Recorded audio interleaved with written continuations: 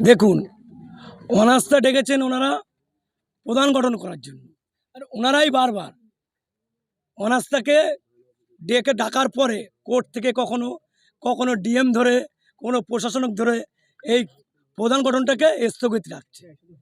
ওনারা ভীতস্ত, এই কারণে স্থগিত রাখছে বারবার। কারণ একটাই, ওনাদের কাছে সদস্য সংখ্যা নেই। এই কারণে নওশাদ সিদ্দিকী এবং তার দল বারবার একবার কোর্ট একবার প্রশাসনের দ্বারস্থ হয়ে এইগুলো করছে। যাই হোক, এভাবে করে ভাঙড় তথা ভগবানপুর অঞ্চলের সদস্যকে রোকানো যাবে না। গুন্ডামি মোস্তানি করে মানুষকে ভীতস্ত করে কোনোদিনই প্রধান গঠন করতে পারবে না। যে কটা গঠন করেছে তার বিরুদ্ধেও আমরা কোর্টে যাব। শুধু ভগবানপুর অঞ্চল নয়, সমগ্র বিধানসভা যতগুলো পঞ্চায়েত আছে, আমরা প্রত্যেক পঞ্চায়েত আমাদের দখলে নেব, এতে কোনো সন্দেহ নেই। ওরা যত গুন্ডামি করুক, মোস্তানি করুক, আমরা ওদের সাথে কোনো ট্যাগে যাব না। ওরা করে যাক, ভাঙড় তথা রাজ্যের মানুষ দেখুক আইএসএফ দলটা কী হয়, সন্ত্রাসবাদী দল।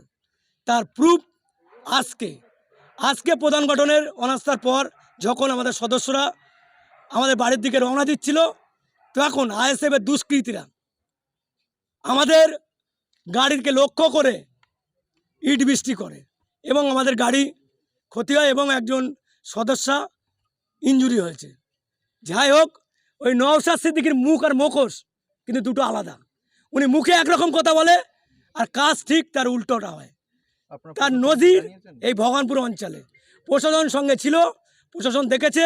আমরা কেস করব, প্রশাসনকে অনুরোধ করব কোনো রং না দেখে এই কাজের সাথে যারা যুক্ত তাদেরকে অবিলম্বে গ্রেপ্তার করা এবং মুখ্যমন্ত্রী যে নির্দেশিকা দিয়েছিলেন গুন্ডা দমন আইন, সেইটাকে বলবৎ করা।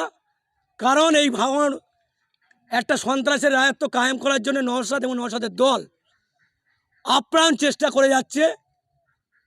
তার জন্য আমি মুখ্যমন্ত্রীকে অনুরোধ করব, যেহেতু উনি পুলিশ মন্ত্রীও আছেন, অনুরোধ করব এই ভাঙড় তথা রাজ্যের দিকে এইসব যারা কার্যকলাপ করছে তাদেরকে আইনের আওতায় এনে যথাযথ শাস্তির জন্য অনুরোধ করব।